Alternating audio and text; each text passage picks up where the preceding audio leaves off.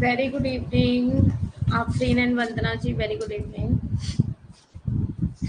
आ जाइए, फटाफट अटेंडेंस ले लेती हूँ।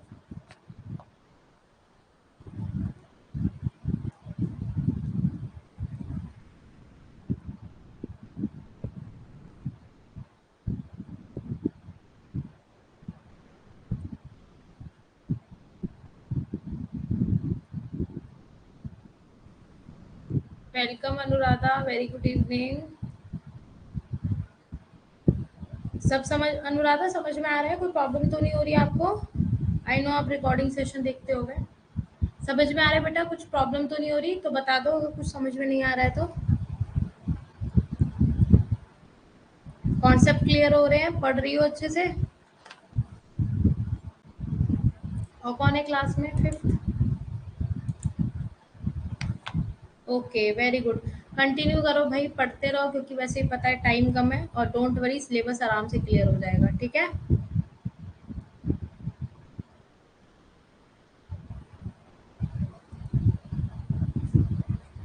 ठीक, चलिए फिर स्टार्ट करते हैं फिर।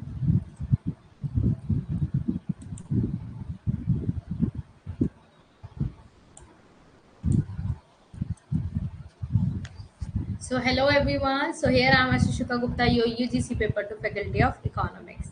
So let's get started with our fill up format. जैसे कि आप अपनी स्क्रीन पे देख पा रहे होंगे कि हमारे ये फिल अप फॉर्म के सोशल मीडिया के चैनल्स हैं।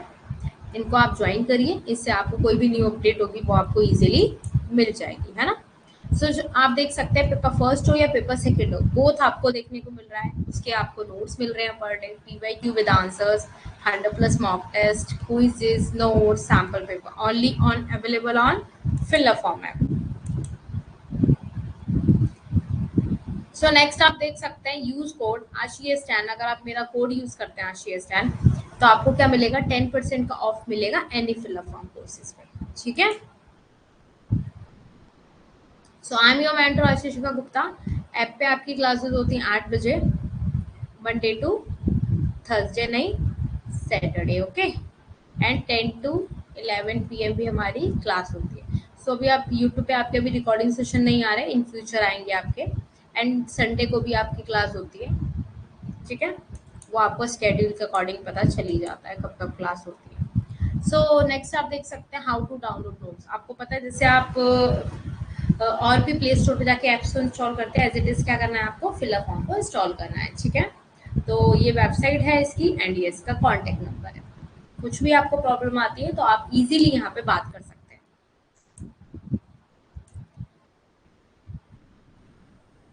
सो जिसने भी खुद को खर्च किया है, दुनिया ने उसी को गूगल पर सर्च किया है, इसलिए खर्च करो तभी दुनिया सर्च करेगी, है ना? So move forward to with our motivation.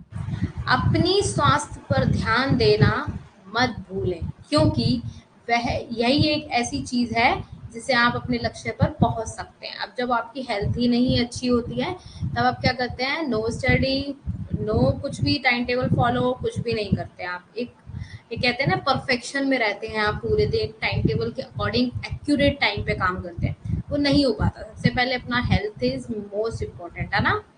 Health क्या है? मोस्ट इम्पोर्टेंट है। अगर हेल्थ ठीक है, स्वस्थ ठीक है, तो फिर हम लोग कुछ भी अचीव कर सकते हैं लाइफ में, है ना? कुछ भी अचीव कर सकते हैं। सो छोटी छोटी चीज़ों से आपको पता है क्या हेल्थ पे फर्क पड़ता है, उसको ध्यान दो, वो इम्पोर्टेंट है ना? सो एक अच्छी सी स्माइल दे दीजिए, फिर स्टार्ट करते हैं हम लोग फटाफट फटाफट। ला, ला, ला, ला, ला।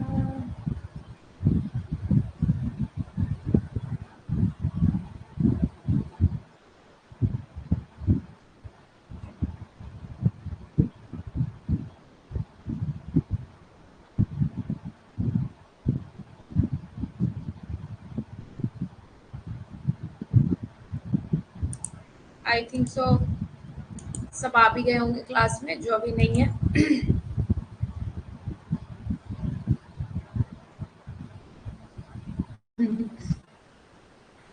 यस, सबके लिए है वैसे तो।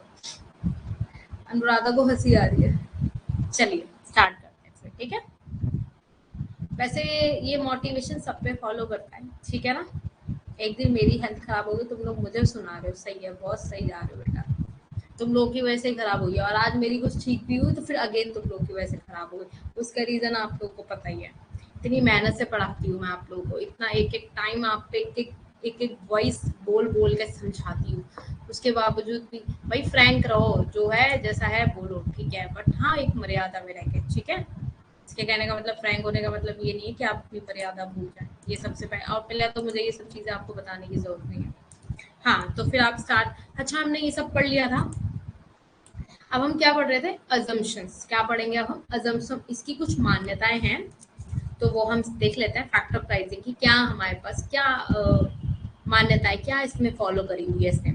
सो बताता है ये परफेक्ट कंपटीशन, इसमें क्या है, परफेक्ट कंपटीशन है, ठीक है। इसमें क्या है, परफेक्ट कंपटीशन से काम होता है। सो होमोजीनियस क्या है, होमोजीनियस इसमें फैक्टर्स है, एक समान क्या है, एक समान फैक्टर्स है, मतलब जो एक दाम पे बेच रहा है वही दूसरे पे बेचेगा, तो ये होमोजीनियस है, ये नहीं कि इधर उधर आप कर लो कुछ प्राइस का, नहीं, ठीक है। रैशनल बिहेवियर, मतलब कंज्यूमर का बिहेवियर रैशनल है, एक समान है, ठीक है। ये नहीं है कि इरेशनल हो, किसी का पता ही नहीं है क्या लेना है क्या करना है। जब कंज्यूमर का बिहेवियर हमें पता होता है, उसी अकॉर्डिंग हम क्या करते हैं, चीज़ों का प्रोडक्शन करते हैं। उसी चीज़ को ज़्यादा मार्केट में बिक रहा होता है, उसी अकॉर्डिंग क्या करते हैं हम, उसी चीज़ का ज़्यादा प्रोडक्शन कर रहे होते हैं। आपको मार्केट में कैसे पता चलता है, आप मार्केट में खड़े हो, आपको कैसे पता चलेगा, ट्रेंड चल रहा होता है हर चीज़ का, चाहे आप क्लोथ का ले लीजिए, क्लोथ का ट्रेंड ले लीजिए, पैन का ले लीजिए, whatever you want to do, bottle का ले लीजिए भाई, बॉटल भी आजकल देख रहे हो लड़कियों के लिए वो यूनिकॉर्न वाली कौन सी आती है, वो आई डोंट नो, मुझे तो पता नहीं है, समथिंग ऐसी सुना है मैंने, तो वो कितना ज़्यादा वो हो रही है, डिमांडिंग में हो रही है, उसके टिफिन बॉक्स, उसके क्यों क्यों पता है, क्योंकि वो डिमांड, हर दूसरे बच्चे के पास आपको वही मिलेगा। ऐसी क्लोथ्स को देख लो, ऐसी कार को देख लो, अच्छा हर अमीर के पास वही वाली कार मिल रही है आपको, तो इससे हमें पता चल जाता है। परफेक्ट सब्सिट्यूट क्या है इसके ना, सब्सिट्यूटेबिलिटी है, ठीक है ना, ये क्या लिख दिया मैंने, सब्सिट्यूटेबिलिटी, अच्छा अच्छा ओके ओके, नहीं सही है, एकदम सही है। जैसे आप ये कह सकते हो, इसे परफेक्ट है, इसके अंदर सब्सिट्यूट मीन्स ये मत कहना कि इसके अंदर सब्सिट्यूट नहीं है, इसके अंदर परफेक्ट सब्सिट्यूटेबिलिटी है, ठीक है। इसके अंदर क्या है, जो आप सब्सिट्यूट करना चाहते हो इसके अंदर वो परफेक्ट है, इम्परफेक्ट नहीं है कहीं से भी, मतलब जो चीज आपको चाहिए उसके अकॉर्डिंग आपको उसका सब्सिट्यूट परफेक्ट में मिल रहा है, ये नहीं है कि नहीं मिल रहा। क्या आप सोचो कि नहीं, अरे अगर हमें टी लेना है तो उसके बदले में अरे हमें तो अपना मन मारना पड़ेगा, हमें ऐसे करना पड़ेगा, नहीं, उसका कुछ तोड़ अच्छा परफेक्ट सब्सिट्यूट यहाँ पे मिलेगा आपको फैक्टर प्राइसिंग में। क्योंकि मैंने आपको बताया, एक बात बताओ, जब आप पुअर और रिच की बात कर रहे हो, ठीक है, आप एक बात बताओ, हर पुअर क्या हर चीज ले लेगा, नहीं ले सकता ना, तो उसके लिए परफेक्ट सब्सिट्यूट है ना इसमें, उसमें क्या बात कर, परफेक्ट सब्सिट्यूट कि तुम्हारे को हम परफेक्ट सब्सिट्यूट ला के देंगे, तुम परेशान हो। अब जो रिच लोग हैं उनके पास तो भाई देखो, जैसे आप एवोकाडो फ्रूट ले सकते हो आप, है ना, और आप वो ले सकते हो ड्रैगन फ्रूट, ड्रैगन फ्रूट पता है आपको वो बहुत एक्सपेंसिव आता है ना, एवोकाडो बहुत एक्सपेंसिव आता है।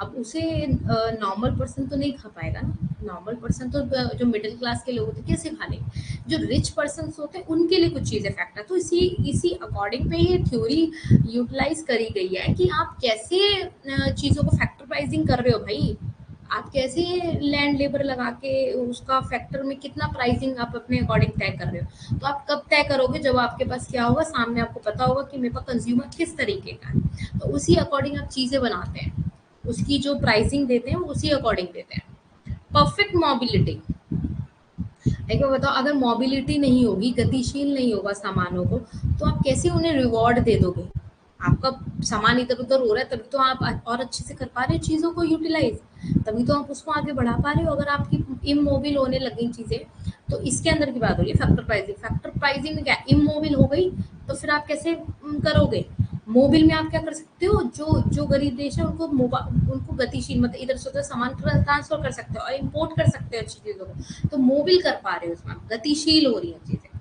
ठीक है।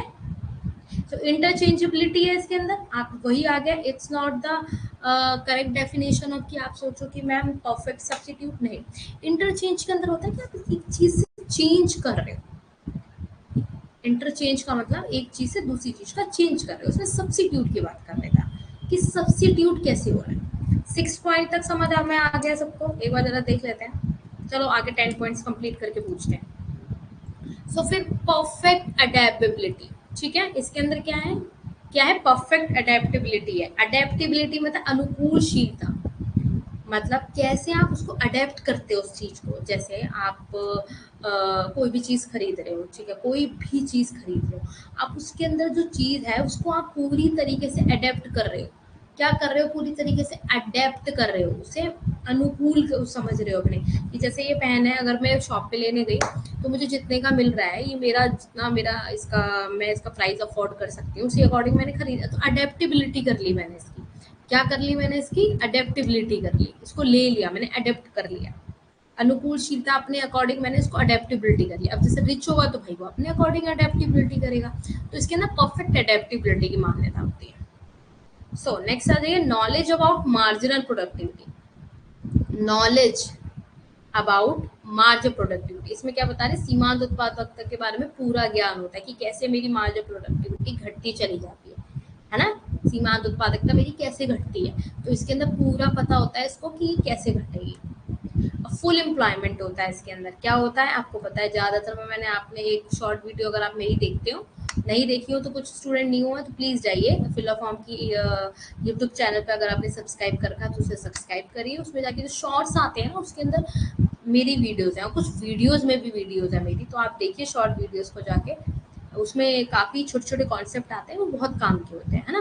तो उसके अंदर मैंने बताया हुआ फुल एम्प्लॉयमेंट इतनी जरूरी अजम्पशन क्यों है। और हर एक अजम्पशन में देख रहे होगे आप, फुल एम्प्लॉयमेंट आपको मिलती है। आपने देखा होगा अभी तक जितनी थ्योरीज आपने पढ़ी हैं, आपने नोटिस किया होगा कि full employment is the main assumption. Low of variable proportion, अब आपको ये भी पता होगा कि फुल एम्प्लॉयमेंट एक अजम्पशन क्यों है इतनी मोस्ट इम्पॉर्टेंट।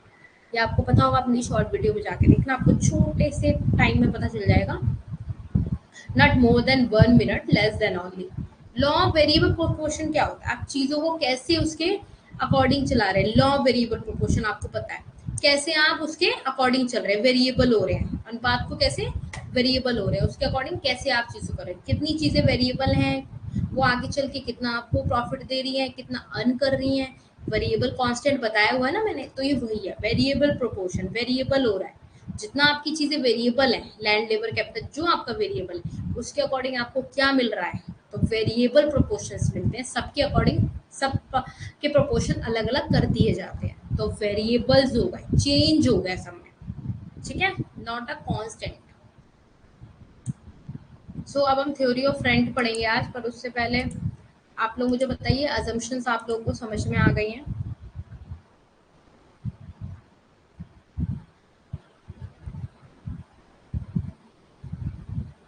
हाँ वो तो है।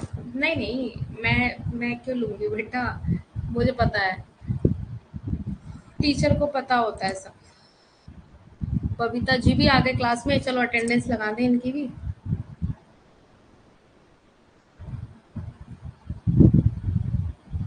एक तो वहाँ पर टाइम बहुत लिमिट है, ये आप तब समझोगे जब आप कभी टीच करोगे, जब आपको पढ़ाना होता है ना बेटा, तो ये इतने कम टाइम में पढ़ाना, इट्स वेरी ह्यूज टास्क। आप सोच लो कब से हमारा बैच स्टार्ट हुआ, आप देखो बीच में तबीयत भी खराब होती है, कुछ पर्सनल काम भी होते हैं, तो उसके अकॉर्डिंग हमारे पास टाइम थोड़ा सा, पूरे साल में अगर पढ़े ना तो फिर एक बार के लिए बहुत बढ़िया वाला आप निकाल के ले जाओ।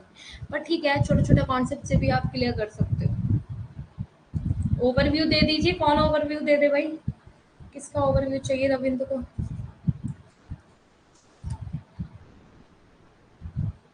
क्या ओवरव्यू चाहिए रविंद्र?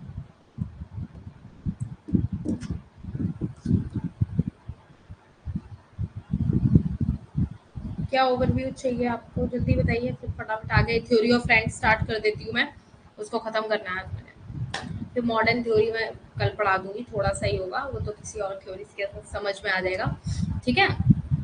थ्योरी ऑफ रेंट में आप समझोगे कि आप कैसे रेंट को अलग अलग तरीके से देखते हो। आपको सिर्फ रेंट इतना ही पता होगा ना कि हम रेंट देते हैं, घर पे रहते हैं, यहाँ रहते हैं तो भी आप रेंट दे रहे हो, कहीं किसी के यहाँ जा रहे हो कहीं तो उसका रेंट दे रहे हो। हर चीज़ का एक अपनी तरीके से आपने एक अपनी रोज़मर्रा की ज़िंदगी में क्या कहते हैं, जो आप चीज़ों को रेंट दे रहे हो तो आपको लग रहा होगा इसका रेंट, बट आप उसको एक ब्रॉड कॉन्सेप्ट में समझेंगे कि रेंट एक पर्टिकुलरली क्या होता है, हमारी इकोनॉमिक्स के अंदर रेंट को कैसे क्लैरिफाई किया गया है। तो अब हम ये समझते हैं। सो मूव फॉरवर्ड, आ जाइए, अच्छे से पढ़ते हैं। सो थ्योरी ऑफ रेंट क्या पढ़ेंगे हम लोग?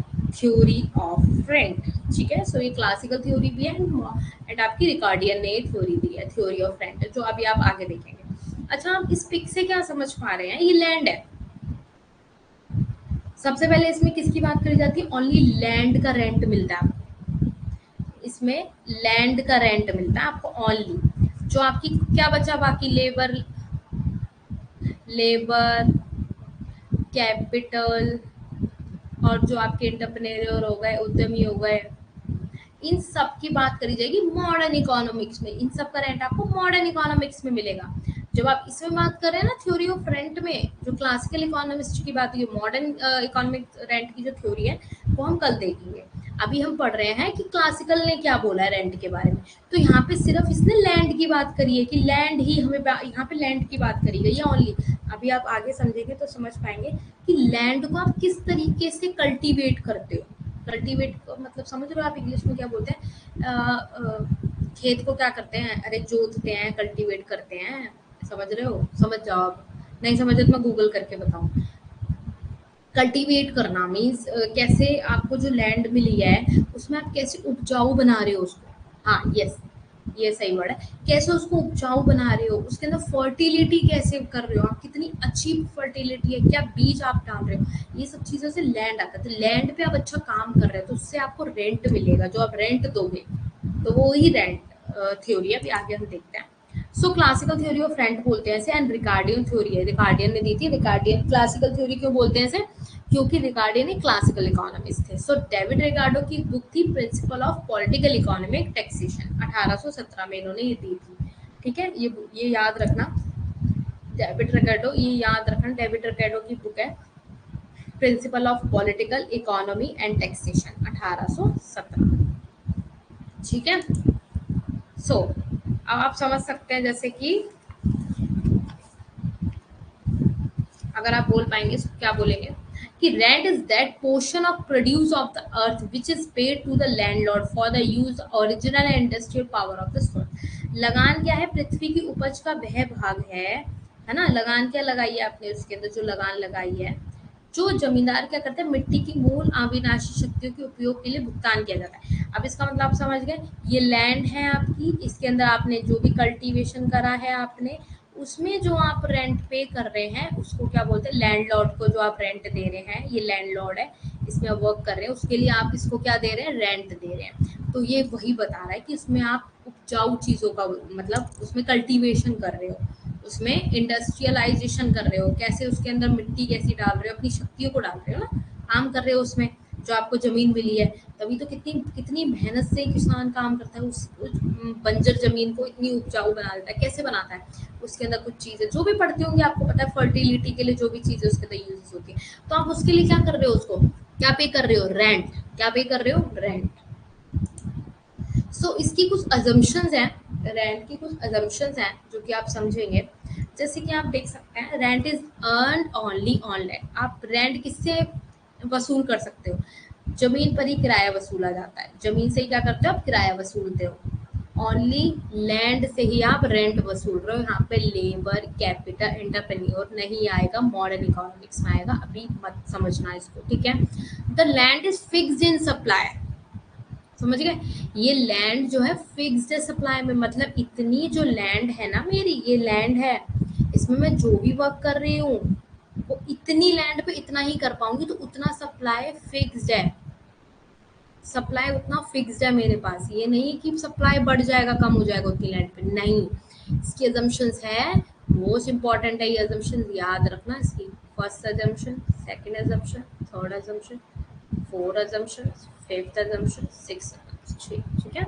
ऐसे यहाँ लिख लो, 1 2 3 4 5। इसमें कोई पॉइंट नहीं समझ आ रहा हो, 6 में हिंदी वालों को बोल रही हूँ, जिनको नहीं समझ में आ रहा पढ़ लो, पूछ लेना फिर मुझसे भी। भूमि आपूर्ति में निर्धारित है, समझ गए, किसमें है, निर्धारित है, ठीक है। भूमि में अविनाशी मूल शक्तियां होती, क्या होती है उसके अंदर, ओरिजिनल पावर होती है। अब एक बात बताओ, लैंड है, लैंड के अंदर पावर नहीं होगी तो आप कैसे सप्लाई करोगे, लैंड के अंदर तो पावर ही पावर है।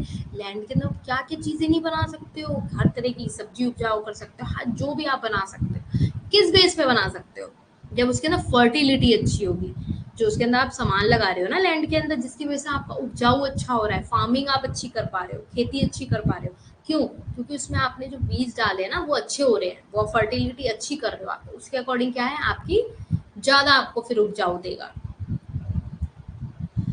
Land can be only used for farming, भूमि का उपयोग केवल खेती के लिए किया जा सकता है। आपको पता है भूमि का उपयोग क्या करा जाता है, इसमें खेती के लिए किया जा सकता है। यहाँ पे गार्डियन ये कह रहे हैं कि जो आपकी भूमि का उपयोग आप कर रहे हो ना, ये खेती के लिए कर सकते हो ओनली, ठीक है। इसमें जितनी अच्छी आप खेती कर लोगे उतना अच्छा वर्क हो जाएगा आपका। सो भूमि का उपयोग केवल उनकी उर्वरता के घटते क्रम में किया जा सकता है, समझ गए, मतलब लैंड का जो आप यूज कर रहे हो उसमें क्या हो रहा है, मतलब जितना आप यूज कर रहे हो, मान लो रेंट को, अभी आप आगे टेबल समझोगे तो इस पॉइंट को आप समझ जाओगे कि डिमिनिशिंग क्यों हो रहा है, अभी आप आगे समझोगे इसको, ठीक है। ये पॉइंट अभी आगे समझोगे जब यहाँ पे हम डायग्राम विद टेबल समझेंगे, ठीक है, कि ये घटता हुआ क्यों होता है।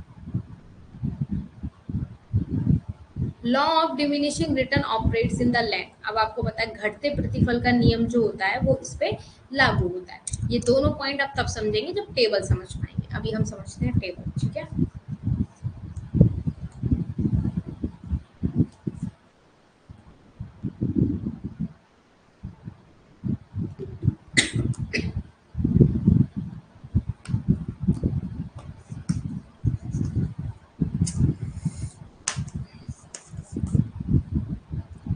समझ पा रहे हो क्या आप,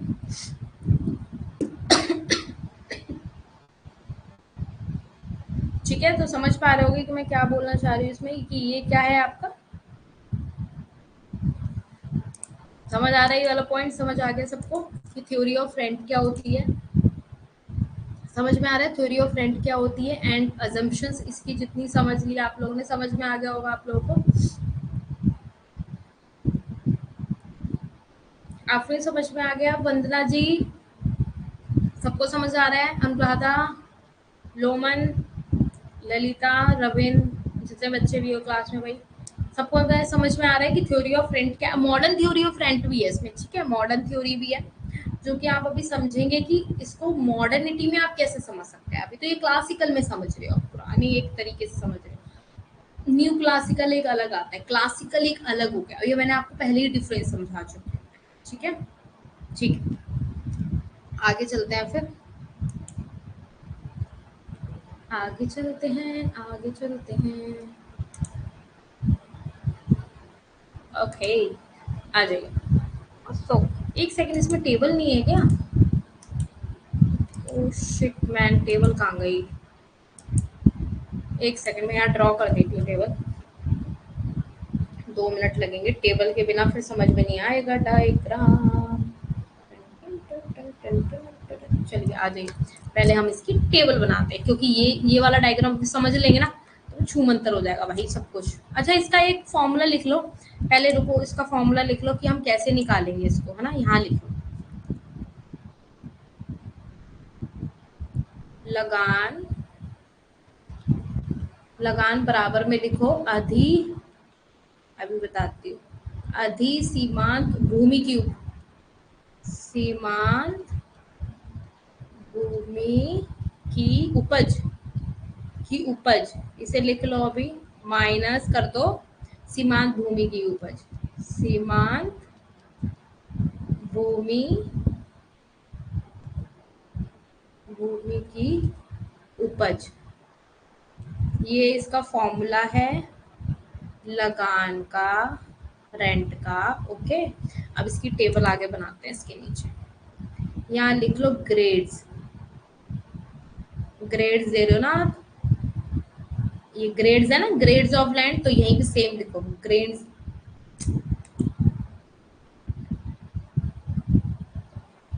ग्रेड्स लैंड बना लिया। अब यहाँ पे एक लाइन, उसके बाद है आपका कितना आप प्रोडक्शन कर रहे हो उसमें, ठीक है, प्रोडक्शन केजी में समझ लो कर रहे हो, ठीक है, इसका प्रोडक्शन कर लिया, इसकी एक टेबल बना ली। उसके बाद देखो कॉस्ट ऑफ प्रोडक्शन की, कॉस्ट ऑफ प्रोडक्शन क्या है, आपने इसका क्या लिखा, कितनी कॉस्ट पे आपने प्रोडक्शन किया, ठीक है। फिर उसका फाइनल आप रेंट लिख लो यहाँ पे कि रेंट क्या हुआ, साथ में साथ बनाते रहोगे तो याद भी हो जाएगा, फायदा ये होगा बस लिखने का, ठीक है। A B C and D, देख पा रहे हो ए बी सी डी चार है, हमने ले लिया प्रोडक्टिविटी एरी पेरी कॉस्ट क्या आ रही है और प्रोडक्शन कितना ले रही है। अब मान लो यहाँ पे 40 30 20 और ये 10 होगा। अब इसमें मैं कितना कर रही हूँ कॉस्ट ऑफ प्रोडक्शन, चारों में सेम आ रहा है। अब इसको इससे क्या करता हूँ, माइनस कर दो। अब मान लो, अब देखो एक चीज यहाँ समझने वाली है, वो क्या है, अब ए पे 40, प्रोडक्टिविटी कॉस्ट कितनी है 10, सेम है सब में ही है मतलब, पर आप देख रहे हो डी में आपकी सबसे ज्यादा प्रोडक्टिविटी देख रहे हो कम हो रही है, डी में क्या हो रही है सबसे कम, जीरो प्रोडक्टिविटी आएगी, क्यों अभी बताती हूँ। चार, अब ये सबसे कम है तो इसको इसमें से माइनस करेंगे 40 में से, जैसे 40 में से 10 माइनस किया आया आपका 30, 30 में से 10 माइनस किया आया आपका 20, 20 में से 10 माइनस किया आया 10। अब 10 में से अगर 10 माइनस करोगे इक्वल टू 0, तो आपकी कितनी प्रोडक्टिविटी आई इसमें डी में, जीरो, जीरो। ये समझने वाली चीज है, पॉइंट अच्छे से समझो आप क्यों जीरो आया। एक बात बताओ, यहाँ देखो ए बी सी और डी, अब मान लो ए है वो 100 किलो, ये 80, ये 60 और ये 40। अच्छा एक बात बताओ, अब वो 100 पे पहले उसने वर्क किया, उसने क्या किया, एक लैंड है यहाँ, लैंड ले लो, लैंड ले लो, लैंड या जमीन ले लो। अब उसने एक लैंड ली, ठीक है, लैंड पे उसने क्या किया, उसने सोचा अरे चलो मैं ना 4 तरीके से काम करता हूँ उसमें, ठीक है, ए बी सी डी चारों ने काम कर लिया। अब ए वाले पे ना सबसे ज्यादा प्रोडक्शन हुआ भाई, इन चारों को देखते पर पहले नहीं पता था उसे, सबसे ज्यादा प्रोडक्शन किसमें अच्छा हुआ, चार मतलब ए में कितना हुआ 100। अब उसका सेकेंडली देखा तो 80, फिर ऐसे कम हो गया, ठीक है भाई। इसका रीजन क्या है, उसकी जितनी अच्छी फर्टिलिटी होगी लैंड की, जितनी अच्छी उपजाऊ होगी, जितनी अच्छी जमीन होगी, उसके अकॉर्डिंग अब ए को इज द बेस्ट मिला। और सबसे अच्छी जमीन जमीन किसकी थी, ए की। प्रोडक्शन इसका किस सबसे ऐसी सेम, इस यहाँ पे एग्जांपल देख लो, सबसे अच्छा इसमें प्रोडक्शन हुआ 40, ठीक है। कॉस्ट सेम लग रही है सब में, कॉस्ट जो लगा रहे हो आप सेम लग रही है, पर सबसे अच्छी क्या है, लैंड जो है, लैंड क्या है, अगर आप ग्रेड्स दो लैंड को ए बी सी डी करके, अगर ग्रेड्स दो, ग्रेड्स क्यों देते हो आप एग्जाम देते हो, आपको नंबर मिलते हैं, तो ग्रेड्स क्यों मिलते हैं आपको, सबसे अच्छा, उससे कम, उससे कम, उससे कम, उससे कम। ई में क्या होता है, फेल हो जाते हो, ई में फेल ही हो जाता है ना, पता नहीं जो फेल हुआ होगा उसको जरूर याद होगा कि ई में शायद फेल होते हैं, ई में फेल ही होते हैं शायद। है ना। तो ये क्या बता रहा है, ये बता रहा है पहले ए में आपने कल्टीवेशन बहुत अच्छा किया, फिर बी में उससे कम किया, सी में उससे थोड़ा सा कम किया, फिर डी में तो बिल्कुल जीरो पे चलेगा भाई, आपको कोई रेंट ही नहीं मिला लैंड पे, क्या ही रेंट दोगे आप किसी को, जब आपका कुछ आ ही नहीं रहा, कॉस्ट तो आपने लगा दी, आपने प्रोडक्शन तो बिल्कुल जीरो कर दिया, रेंट क्या मिलेगा फिर उस पे, जीरो। तो इसमें क्या बता रहा है, इसमें कहना चाह रहा है कि देखो ए ग्रेड पे आपका 40 यहाँ आ रहा है, ये 40 कर रहे हो आप यहाँ पे, ए पे 40 हो रहा है यहाँ पे, बी पे कितना हो रहा है आपका 30 हो रहा है, कितना हो रहा है 30, ये देख रहे हो, बी में आपका 30 इसने क्लिक कर लिया। अब सी में इतना कितना हो रहा है 20, तो उसने 20 पे क्लिक कर लिया। फिर आप देख रहे हो डी पे कितना हो रहा है 10।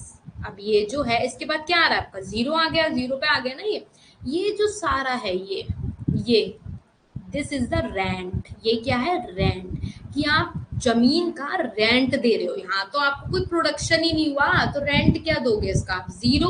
अब रेंट आपका जीरो आ गया, या किसको क्या दोगे आप, रेंट दोगे कुछ, जब आपको कुछ बच ही नहीं रहा है। तो इसलिए क्या कह रहा है ये, इसलिए ये कहता है कि जितनी अच्छी जिसकी उपजाऊ जमीन होगी, जितना अच्छा जिसका वर्क होगा, जितनी अच्छी जिसकी लैंड होगी, जितना अच्छा उसका फर्टिलिटी होगा, कल्टीवेशन होगा, उसी अकॉर्डिंग क्या होता है, रेंट अच्छा होता है, प्रोडक्टिविटी अच्छी होती है। समझ गए,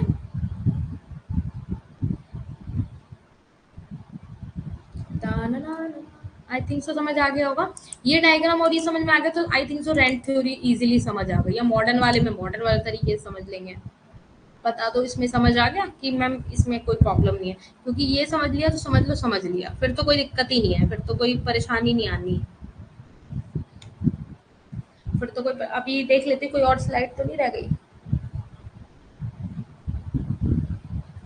वैसे तो यही है, आप लोग बता दो एक बार, सबको क्लियर है? जल्दी से बता दो फटाफट, फिर मैं भी आगे चलूँ, अजम्पशंस को क्लियर करूँ। आज बहुत ज़्यादा, जल्दी बताओ बताओ। आप लोगों को क्या लगता है आपके अकॉर्डिंग कि अभी हमारा माइक्रो का कितना सिलेबस बता है, कितना सिलेबस बचा हुआ है अभी हमारा?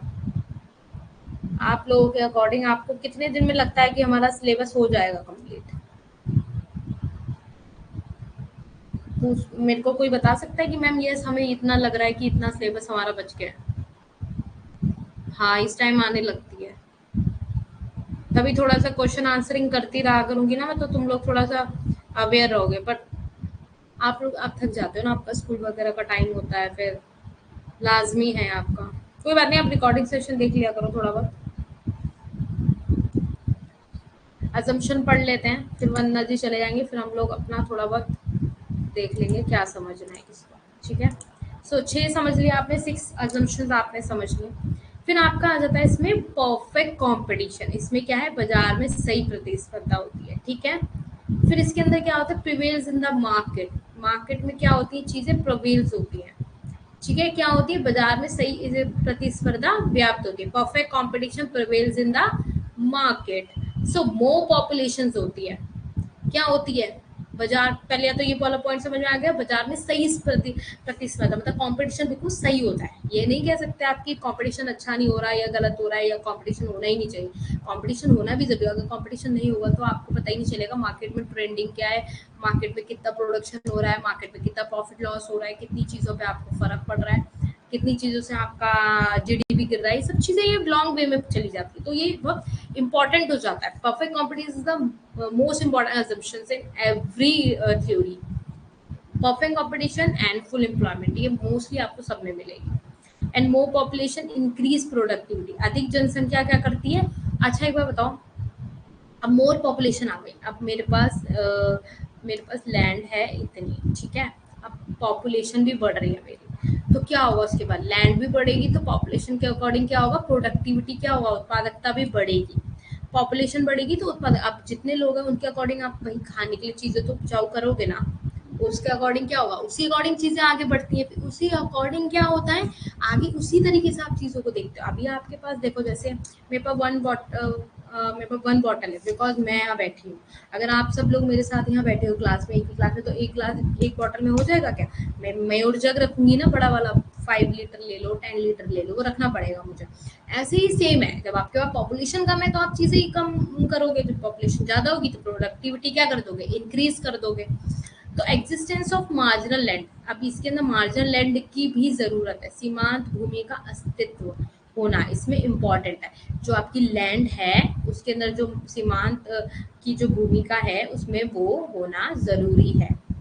It is based on the long run concept, ये क्या है, एक लॉन्ग रन कॉन्सेप्ट, समझ रहे हो, ये शॉर्ट रन कॉन्सेप्ट नहीं है, लॉन्ग रन है। इसमें क्या है, लॉन्ग रन है, ये आप शॉर्ट रन की बात नहीं कर सकते। तभी इसमें क्या हो रहा है, पॉपुलेशन इंक्रीज हो रही है। पॉपुलेशन आपको पता है तभी इंक्रीज होती है जब आपकी लॉन्ग रन की बात होती है। एक टाइम पे शॉर्ट रन में आके इतना आपका नहीं चेंजेस वेरिएबल होता है, नहीं होता ना, एक चीज कांस्टेंट होती है, एक वेरिएबल होती है, या एक फिक्स्ड होती है बाकी सब वेरिएबल होती है। ये सब किस में होता है, शॉर्ट रन में होता है। लॉन्ग रन में क्या होता है, तो वेरिएबल होता है। एंड हाँ, अब आप देखें, फर्स्ट आता है स्कार्सिटी ऑफ रेंट। अब कमी आपका रेंट में किराया कब कम होगा, जब होगा जब आपके पास लैंड आपकी काम ही नहीं कर रही होगी ठीक से। जब आपकी जो लैंड है उसमें वर्क ही नहीं हो रहा ठीक से, तो स्कार्सिटी आई जाएगी, कमी आई जाएगी किराए में। अब ए और बी ले लो दोनों को, एक क्या कर रहा है, मान लो 100 kg गेहूं बना रहा है, दूसरा दूसरा 80 kg बना रहा है।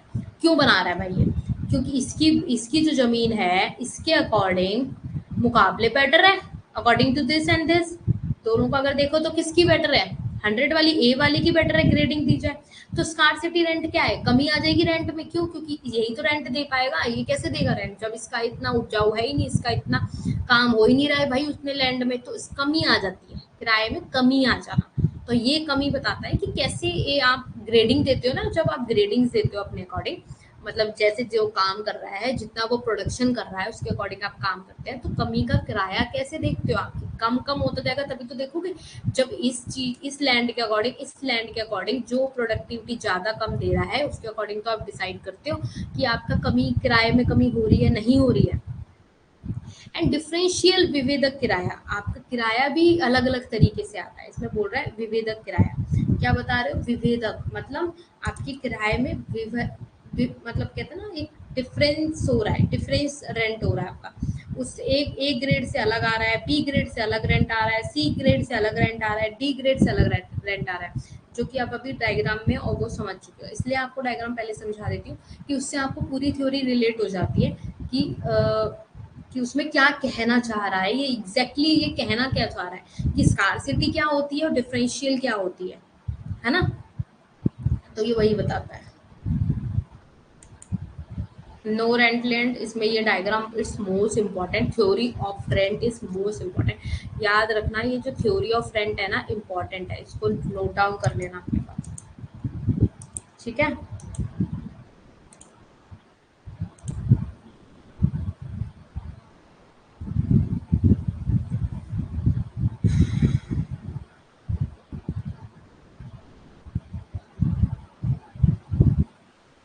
देखो माइक्रो मिला के, हाँ अभी उसी के अजम्पशंस कर रहे हैं, अभी तो अजम्पशंस कर रहे हैं, उसके हिसाब से थोड़ा थोड़ा ही बाकी है। माइक्रो का ही पूछा मैंने, माइक्रो का ही पूछा है मैंने। देखो माइक्रो में तो ज्यादा तो नहीं, देखो अगर मैंने वही बात सेम बात बोलूंगी मैं, पढ़ने को तो बहुत कुछ पढ़ लेंगे पर उतना ही पढ़ना जितना भी हमारा रिलायबल है हमारे लिए, ठीक है? जितना हमारे एग्जाम में हमें काम आएगा उतना ही करेंगे, ठीक है? तो ज्यादा नहीं है, मैं बोल भी नहीं सकती क्योंकि कभी कभार आपकी 10 बजे वाली क्लास नहीं होती। अगर आपकी 10 बजे वाली क्लास अगर 4 दिन अभी कंटिन्यू हो जाए ना, तो आपका 4 दिन में सिलेबस कंप्लीट हो जाएगा, कोई बड़ी बात नहीं है उसमें। क्योंकि आपकी कितनी हो गई टोटल? 8 क्लासेस है, बहुत है। आज कितनी है? 26 है ना? 27, 28, 29, 30 का मंथ है ना ये? 26, 27, 28, 28। अब मेरे हिसाब से अगर अच्छे से करेंगे, फटाफट वाला वे ले लेंगे। अब भाई देखो, जिसको नहीं समझ में आ रहा, मास्टर्स करके आए हुए, इतना अंदर डीपली में नहीं पढ़ने का टाइम है, फिर भी बहुत इजी कॉन्सेप्ट्स में पढ़ा देती हूँ मैं।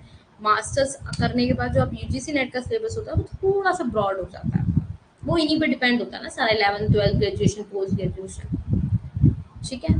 तो मैं क्या पूछ रही थी, हाँ ठीक है, चलिए फिर और बता दीजिए, किसी को कोई प्रॉब्लम है तो अभी बता दीजिए, और जिसको नहीं है प्रॉब्लम वो लीव कर सकता है अपनी क्लास। वंदना जी आप लीव कर दीजिए, आप जाइए अपना रेस्ट करिए आराम से, आपके ऊपर बहुत बर्डन है, आई नो वेरी वेल। और वंदना जी आपसे रिक्वेस्ट है, अगर आपको कोई चीज़ समझ में नहीं आए, कोई भी चीज़ समझ में नहीं आ रही है, थ्योरी कोई कॉन्सेप्ट नहीं क्लियर हो रहा है, 10 o'clock कंटिन्यू। अच्छा हाँ ठीक है, मैं इसलिए नहीं कंटिन्यू कर पाती, थोड़ा सा तबीयत ठीक नहीं थी ना अभी, बट अगर अब ठीक है, अब करेंगे कल से कंटिन्यू, ठीक है? आप रेस्ट करिए और फिर कल मिलते हैं हम लोग 8 बजे। और किसी को कोई प्रॉब्लम है तो अभी टाइम है, पूछ लो, बता दो। रविंद्र आपको कोई इशू आ रहा है किसी चीज़ में तो बता दीजिए। और आज के हिंदी के जो भी लाइन इसमें लिखा है, अजम्पशंस या जो भी लिखा है हिंदी में आज पीडीएफ में, वो ओके है? कहीं प्रॉब्लम तो नहीं आ रहा? कोई प्रॉब्लम तो नहीं आ रहा है तो बता दो कि यस मैम आ रहा है, तो फिर मैं सॉर्ट आउट करूँ। बताओ जल्दी।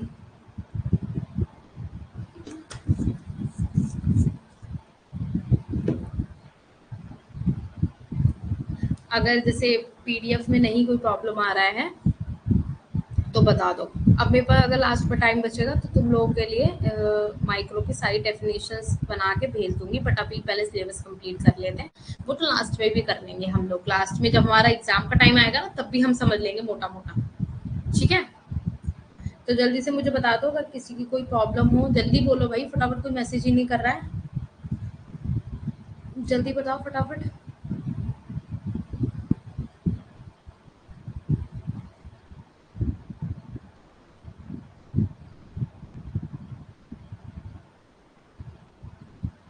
जल्दी बताओ फटाफट, कहाँ गए सब?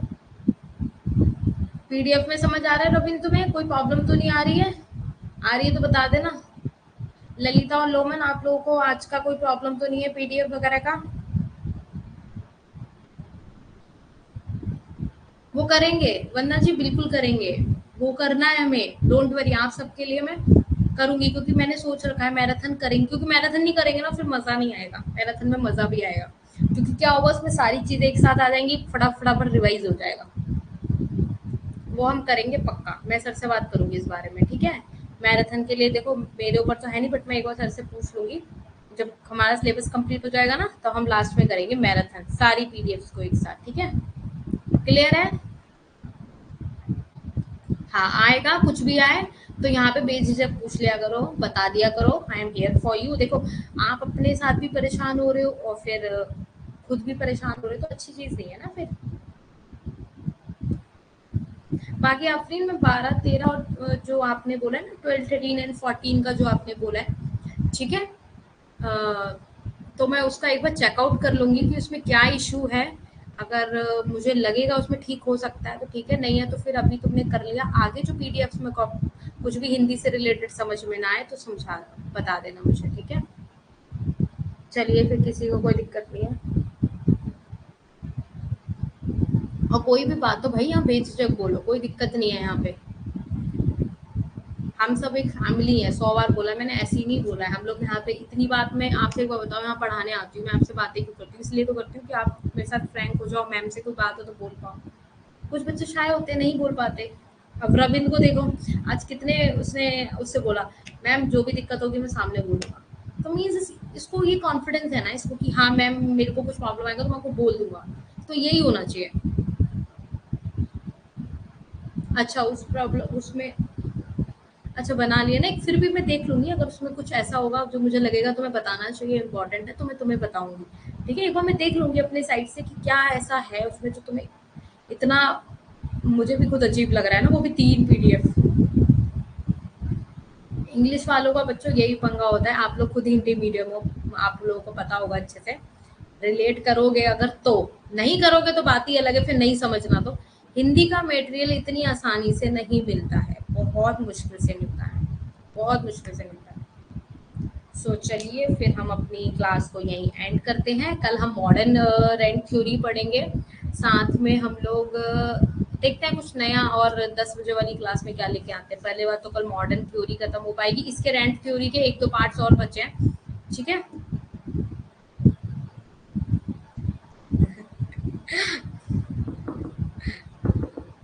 आपको अच्छा, रियल लाइफ में अभी जानते नहीं हो ना रविंद्र आप मुझे, इतना ही यही जानते हैं।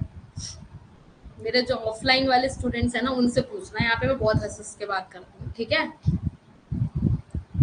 बट वो फ्रैंक भी हैं, और एक टीचर से डरना भी चाहिए और एक रेस्पेक्ट भी देनी चाहिए, ठीक है? डरना, डरोगे नहीं तो फिर काम कैसे चलेगा? डरना पड़ेगा भाई, पर इतना नहीं कि बोलो नहीं, ठीक है? चलिए, फिर क्लास को यही एंड करते हैं। Good night, take care everyone, and God bless you all. अच्छे से पढ़ो, जितना पढ़ा है मेहनत करके पढ़ो, आज की थ्योरी बहुत इंपॉर्टेंट है, थ्योरी ऑफ फ्रेंड, उसको कंटिन्यूटी में करते रहो, ठीक है? Welcome everyone. सो मेहनत करो, बड़ों की रेस्पेक्ट करो भाई, ठीक है? बड़ों की रेस्पेक्ट करोगे तभी क्या होगा आगे। अरे भैया, रविंद्र के, हाँ अच्छी बात है, मत डरो, तुम्हारे तुम्हारे स्टूडेंट्स भी होंगे कल को, अच्छी बात है, ठीक है? रेस्पेक्ट बहुत इंपॉर्टेंट है, ये ठीक है, रविंद्र का कहना कोई गलत नहीं है, रेस्पेक्ट देना इज मोस्ट इम्पोर्टेंट, है ना? Bye bye, bye bye everyone. आप लोग जा सकते हैं, क्लास लीव ऑन कर सकते हैं, ठीक है?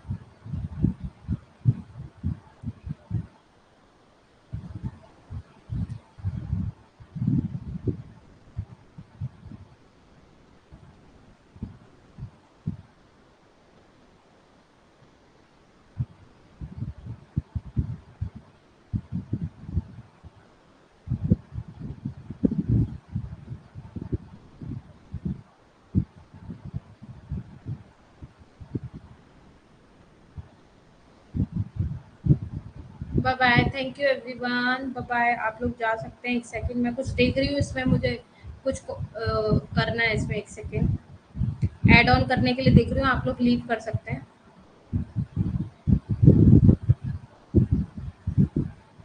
अरे बस बस रविंद्र, जाओ चलो अब अपना पढ़ाई करो। ये तो अपने ईगो पे ले गया।